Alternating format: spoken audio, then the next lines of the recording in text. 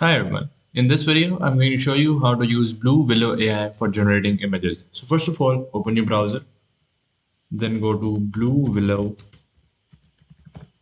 click enter. Now go to their website.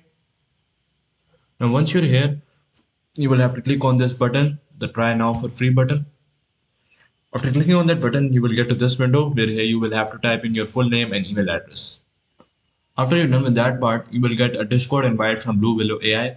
Accept that invite and make sure you have a Discord account. Now once you're in the Discord server, you will have to click on this add a server button and make yourself your very own server. And after that, go to the Blue Willow AI server, scroll down from here, click on a rookie room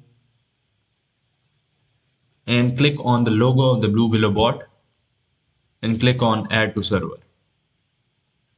And on this window, select that server that you just made, like I made this server, and click on continue. Now scroll down and click on authorize. Verify that you're a human. Now go to that server. And now once you're here, type in slash imagine.